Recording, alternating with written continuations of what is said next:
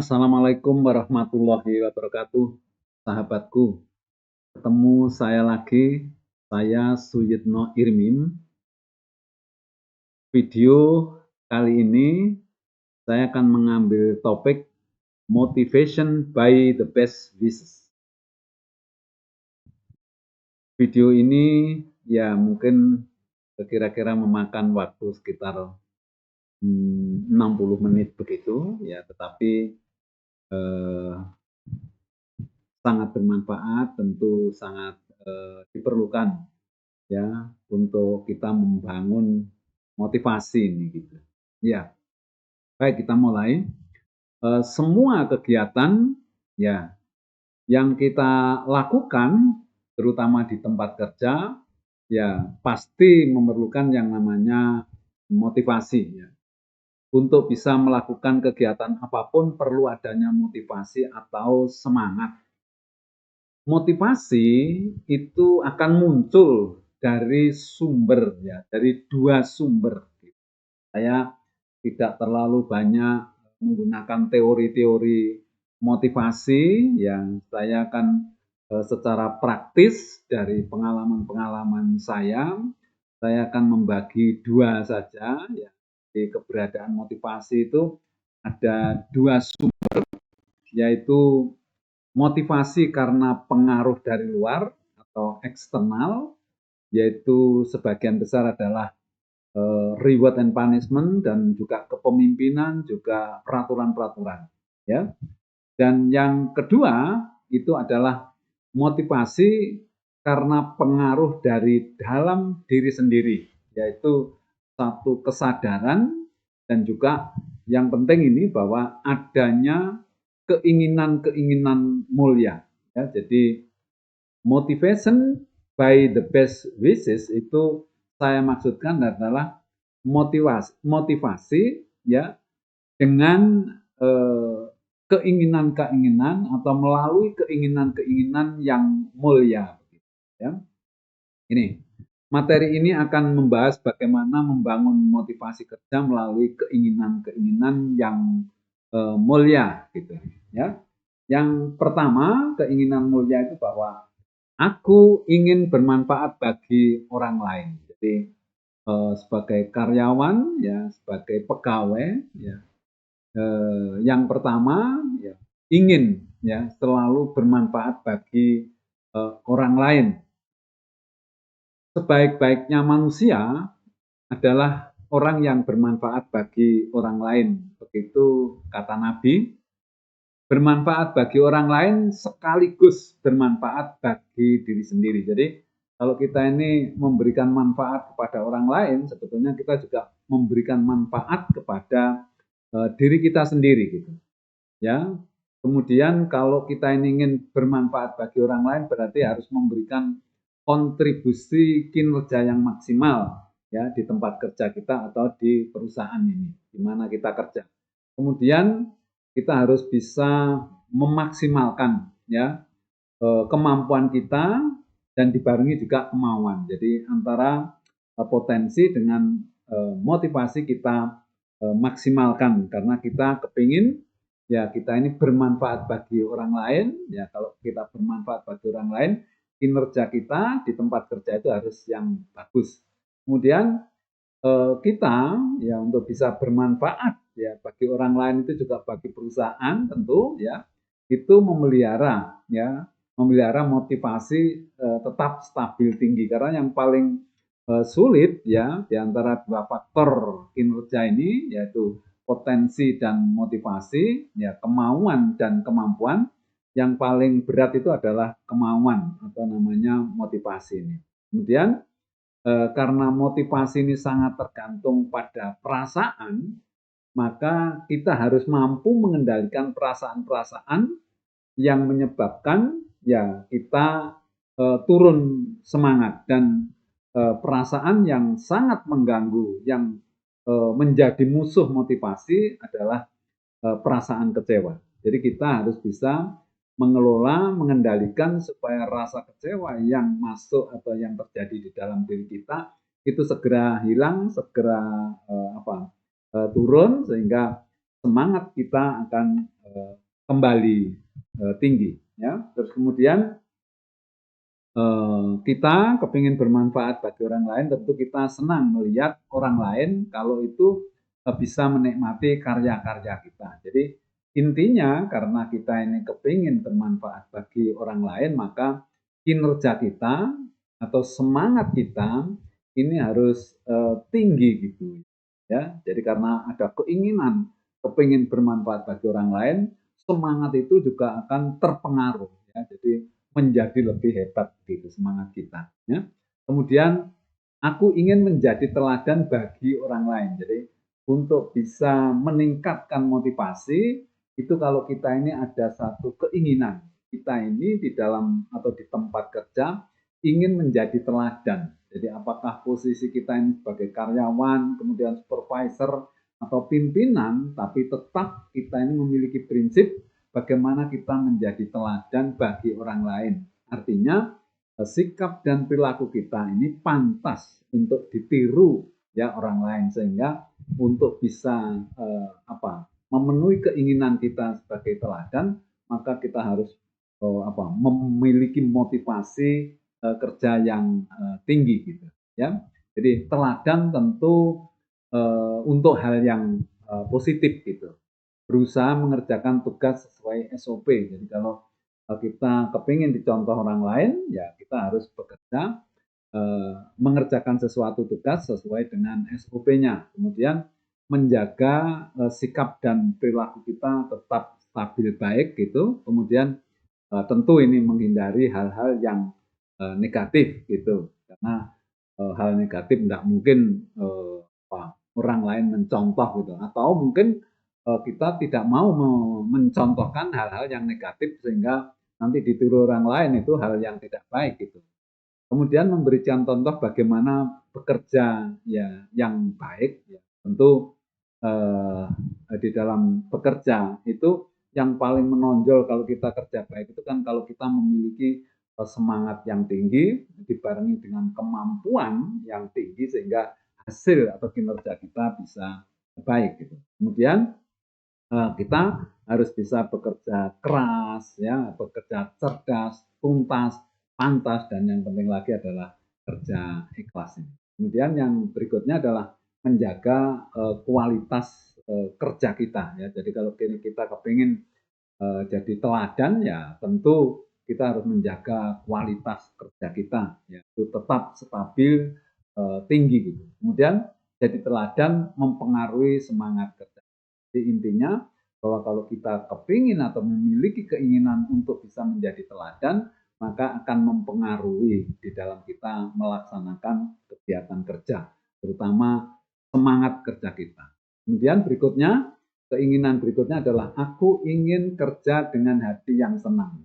Artinya orang ini selalu kepingin kerja ini happy gitu di tempat kerja. Ya, kenapa harus kepingin senang? Karena 8 jam itu kalau dengan rasa senang, happy, ya itu tidak terasa, dan kita mengerjakan sesuatu itu menjadi sangat lancar gitu ya. Jadi enggak terhalang oleh ini gitu ya kendala-kendala karena kita merasa berat dan lain sebagainya. Jadi kita ini harus happy di dalam kegiatan di tempat kerja ini, ya. Kemudian penjelasannya bahwa keinginan bekerja happy akan mempengaruhi cara berpikir kita. Jadi maksudnya kalau kita ini bekerja dengan senang, itu akan mempengaruhi bagaimana pola pikir kita gitu. Jadi berusaha untuk mencintai pekerjaannya. Jadi pekerjaan itu menjadi kita menjadi lebih senang kepada pekerjaan kita, ya. Kemudian tentu kita senang jika hasil kerjanya itu baik gitu, ya. Kemudian melihat tugas sebagai amanah gitu ya. Mohon maaf ini ada telepon. Melihat tugas sebagai amanah. Kemudian berikutnya menjauhkan pikiran-pikiran negatif ya. Kerja dengan senang hati tentu pikiran-pikiran negatif itu akan hilang ya. Kemudian kesulitan-kesulitan yang ada tentu ada saja meskipun kita bekerja dengan senang, tetapi kan ada juga kesulitan. Nah, kesulitan itu dianggap sebagai tantangan yang menyenangkan gitu. Kemudian kita harus telaten dan sabar ya. Nah, kalau kita ini bekerja dengan senang, dengan hati yang gembira gitu, kita akan telaten dan akan sabar melaksanakan tugas itu ya. Kemudian yang paling penting kalau kita ini bekerja dengan senang hati, tentu hati kita akan legowo ya di dalam melaksanakan tugas atau kegiatan bekerja ini. Kemudian keinginan berikutnya adalah ingin mendapatkan rezeki yang barokah ya. Jadi topiknya memang kita ini memotivasi diri kita ya di dalam materi ini adalah memotivasi diri kita dengan keinginan-keinginan yang baik. Artinya the best wishes tadi itu karena ini jadi kita punya keinginan-keinginan yang luhur, keinginan yang baik sehingga bisa menimbulkan motivasi kerja kita ya. Jadi yang ini gitu ingin mendapatkan rezeki yang barokah gitu ya. Apa penjelasannya? Ya, jadi orang yang kepingin mendapatkan rezeki yang barokah itu memiliki prinsip hidup yang kuat gitu ya. Kemudian hanya rezeki yang barokah yang bisa membuat kita bahagia.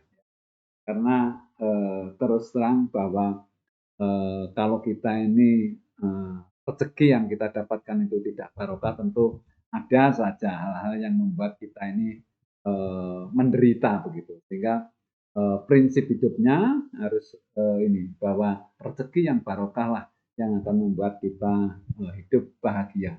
Gaji barokah didapatkan dengan bekerja sungguh-sungguh gitu lah. Jadi kalau kita kepingin membawa pulang rezeki yang barokah, kerja kita harus sungguh-sungguh gitu ya, bekerja mengikuti aturan dan prosedur, karena kalau sudah kita melanggar aturan dan prosedur berarti kita bekerja tidak baik, tentu apa yang kita inginkan gaji barokah juga tidak akan terpenuhi gitu. Kemudian tidak akan berbuat yang menyimpang ya. Kemudian kebarokahan akan sebanding dengan motivasi kerja. Jadi insya Allah kalau gaji kita ini barokah, rezeki kita ini barokah, itu akan memberikan satu nilai atau satu motivasi kerja yang sebanding, artinya semakin barokah semakin tinggi motivasi kerja kita. Itu. Kemudian berikutnya adalah aku ingin menyeimbangkan antara hak dan kewajiban. Tapi kan gaji barokah gitu ya. Nah, gaji barokah itu salah satu syaratnya juga kalau kita ini mampu menyeimbangkan antara hak dan kewajiban, karena hak itu seringkali bisa dikuantitatifkan, tetapi kalau kewajiban itu agak sulit ya, sifatnya kualitatif gitu. Nah, hak dapat dihitung secara kuantitatif, kewajiban sebagian besar adalah kualitatif, menghitung-hitung hak yang diterima. Maksudnya kita ini kalau sudah bekerja itu kan kadang-kadang yang kita hitung itu hanya gaji aja, tetapi fasilitas, pendapatan-pendapatan lain seperti bonus dan lain sebagainya. Kemudian kalau kita ini selesai bekerja itu artinya pensiun, juga mendapatkan pesangon, dapat pensiun, itu kadang-kadang tidak kita hitung gitu.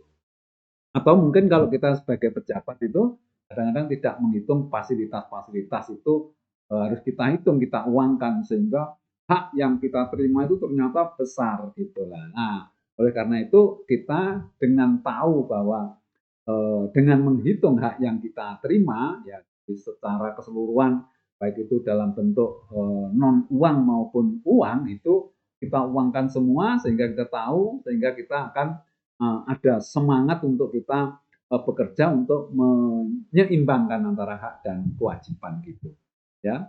Hak bisa jadi diterima sampai meninggal, artinya bahwa kita ini kerja hanya pada waktu aktif, tetapi hak itu bisa diterima sampai meninggal kalau kita ini dapat fasilitas pensiun gitu. Kewajiban hanya bisa dilakukan saat aktif, makanya pada saat aktif ini kita harus melakukan kegiatan yang maksimal supaya seimbang dengan hak selalu berpikir bekerja secara maksimal dengan memaksimalkan motivasi. Saya sampaikan bahwa motivasi ini adalah sangat berpengaruh ya karena sulit untuk dikelola sehingga memang harus dilakukan upaya-upaya supaya motivasi ini tidak naik turun tetapi stabil tinggi begitu ya. Keinginan berikutnya adalah ingin perusahaannya maju berkembang. Jadi orang itu bisa memotivasi dirinya kalau dia itu kepingin melihat ya perusahaannya ini maju berkembang. Jadi mengapa apa ada orang yang kepingin perasaannya hendak berkembang itu ya ada saja, artinya tidak berpikir ke sana, orangnya tidak peduli, yang penting kerja sekenaknya, kemudian asal dapat gaji, dia tidak berpikir bahwa perusahaannya mau bangkrut atau tidak. Ya, padahal kalau dia mau berpikir bahwa kalau bangkrut kan tentu tidak bisa bekerja, sehingga wajar ya dan merupakan satu keharusan menurut hemat saya kalau kita ini ingin perusahaannya ini maju berkembang supaya apa? Supaya kesejahteraan kita juga meningkat gitu.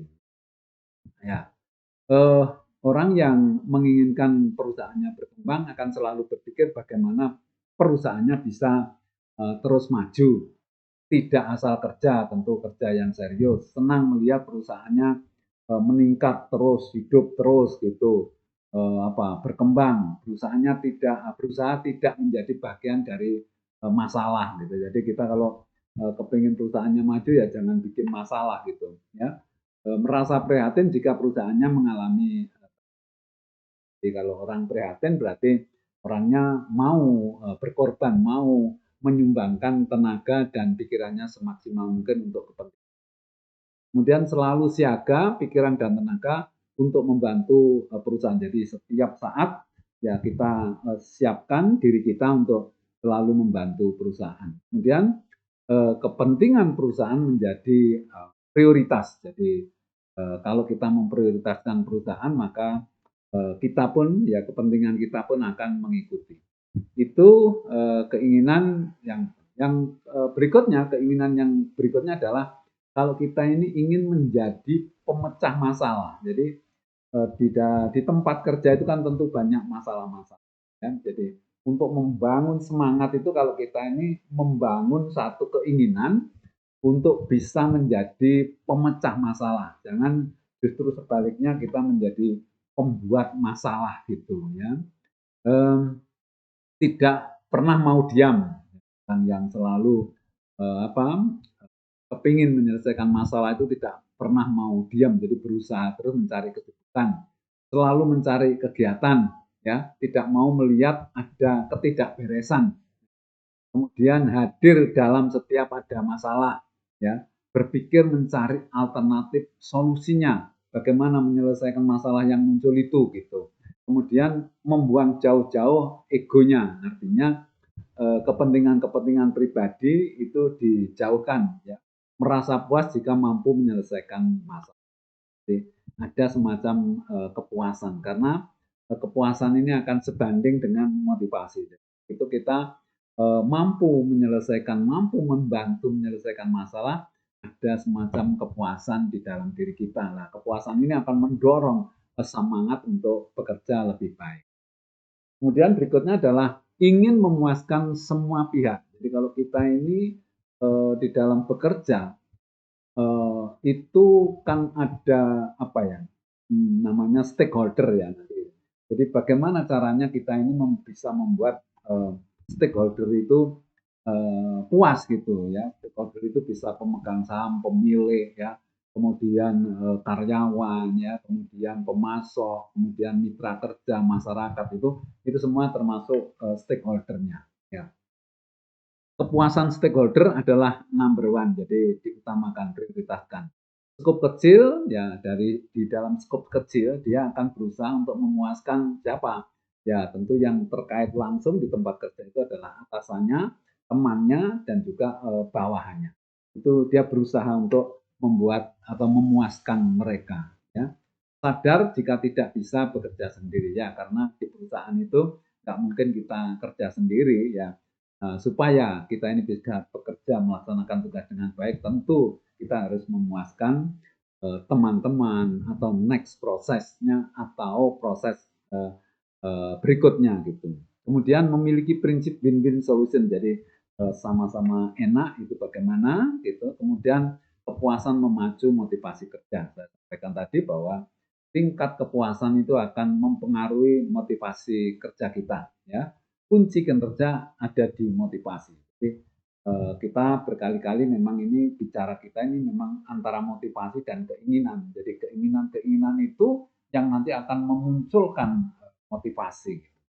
Baik, keinginan berikutnya adalah ingin mendapatkan ridho Allah. Nah, karena kita ini bekerja ini tidak mungkin bisa dilepaskan dari keberadaan Allah. Itu yang namanya spiritualitas gitu. Jadi kalau orang ingin mendapatkan ridho Allah di dalam melaksanakan tugas, pasti dia akan bekerja lebih baik, bekerja dengan semangat tinggi gitu.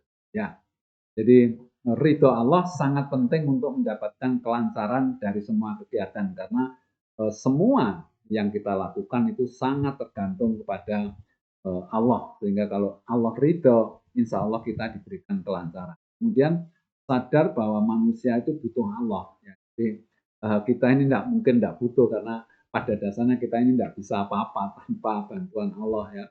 Jadi banyak berbuat kebajikan. Ya. Jadi kalau nanti banyak berbuat kebajikan diantaranya adalah berkarya, memberikan kinerja yang baik di perusahaan itu namanya kita berbuat kebajikan. Insya Allah akan ridho Allah akan turun gitu. Ya. Salah satu sikap penting adalah membangun motivasi. Jadi kebajikan itu adalah salah satunya yang penting adalah membangun motivasi.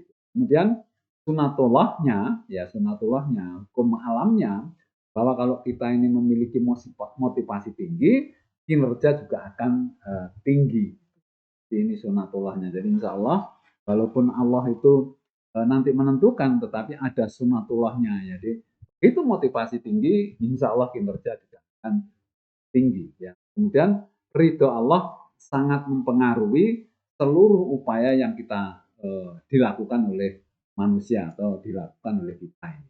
Ya, jadi oleh karena itu kalau kita ini kepingin motivasi kita tinggi, kepingin mendapatkan ridho Allah, tentu kita harus memiliki motivasi kerja yang tinggi, sehingga keinginan tadi akan membangun motivasi kita untuk lebih tinggi.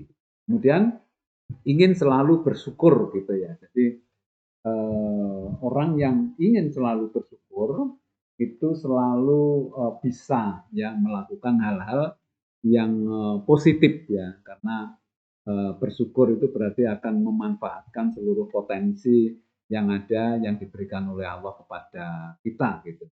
Ya, rasa syukur akan menimbulkan ketentraman, kesenangan, kepuasan dan menjauhkan perasaan negatif gitu. Rasa puas sebanding dengan motivasi tadi itu. Jadi kalau kepuasan naik, motivasinya juga akan naik. Memahami bahwa manusia hanya diberi kewenangan dan untuk berusaha. Jadi intinya bahwa kita ini harus bersyukur apapun yang terjadi nantinya ya, karena kita ini hanya diberi kewenangan untuk berusaha, tapi hasil Allah yang menentukan. Jadi hasil itu adalah hak prerogatif Allah ya. Sehingga apa yang terjadi, hasil apa yang kita capai itu adalah yang terbaik ya. Manakala kita sudah semaksimal mungkin berusaha ya. Jadi Allah akan memberikan hasil dan itu tergantung kepada Allah karena hak prerogatif Allah. Kemudian kita ya menganggap bahwa yang terjadi adalah yang terbaik, tentu kita akan legowo ya agar semangat tetap membara ya. Kemudian keinginan berikutnya adalah ingin bahagia di masa pensiun. Nah ini, jadi kalau kita ini kepingin bahagia di masa pensiun harus bekerjanya dimulai atau mengatasinya, ya melakukan sesuatu pada saat kita masih aktif ini ya, karena ada kaitannya gitu. Jadi tidak begitu saja terputus, begitu pensiun hubungannya dengan tidak. Jadi kalau kita ini bekerjanya baik, bekerjanya dengan motivasi tinggi, tentu gaji pensiun kita nanti juga barokah gitulah. Kalau gaji kita barokah, tentu pada saat masa pensiun kita juga akan bahagia gitu ya. Pensiun adalah berhentinya kerja secara formal di tempat itu. Kebahagiaan pensiun terkait dengan bagaimana motivasi saat kita bekerja atau aktif dulu, ya. Motivasi tinggi berarti seluruh kewajiban bisa seimbang dengan hak, ya. Sudah pensiun tetapi masih dibayar, maksudnya kita sudah tidak bekerja tapi dibayar gitu. Nah, kerjanya kapan? Tentu masih aktif. Nah, pada waktu aktif itu bekerja baik atau tidak gitu. Nah, karena pemahaman ini ingin bahagia, maka kita paham, kemudian kita akan melaksanakan tugas ini dengan semangat tinggi, bekerja dengan sebaik-baiknya agar apa? Agar hak yang diterima pada saat pensiun itu kewajibannya sudah dilaksanakan pada saat kita aktif gitu ya. Berusaha bekerja semaksimal mungkin saat aktif ya. Kemudian jika saat aktif kerja maksimal, pensiun terasa akan baik. Nah, itu. Jadi ada kaitannya dengan apa? Kinerja kita pada saat aktif. Kemudian ada keinginan atau mempunyai satu pemahaman bahwa reward and punishment bukan nomor satu. Ya, reward and punishment memang penting ya, tapi itu bukan yang nomor satu gitu. Maksudnya supaya apa? Supaya motivasi itu muncul bukan karena hanya reward and punishment saja, tetapi juga muncul karena adanya keinginan-keinginan itu. Karena kalau kita kita ini sangat bergantung pada reward and punishment, maka yang namanya motivasi kita ini akan naik turun, sehingga kinerja kita juga akan naik turun ya. Reward dan punishment memang penting, tetapi bukan nomor satu. Motivasi yang digerakkan oleh reward and punishment itu tidak akan stabil gitu ya. Motivasi naik turun berarti kinerja juga naik turun ya. Sementara gaji kita ini relatif stabil. Nah, kalau kita pas motivasi turun, kemudian gaji atau hak kita ini masih tetap, berarti itu bolong, kurang gitu loh. Nah, oleh karena itu, bagaimana kita membangun motivasi kita bukan hanya karena masalah-masalah yang terkait dengan reward and punishment kepemimpinan, tetapi memang kita secara keseluruhan ya itu harus melakukan kegiatan yang bisa memungkinkan menutup ya atau kewajiban itu harus seimbang dengan hak itu. Kemudian yang tepat motivasi harus digerakkan oleh keinginan-keinginan yang mulia gitu, ya. Itu dan yang ini yang terakhir mungkin ya.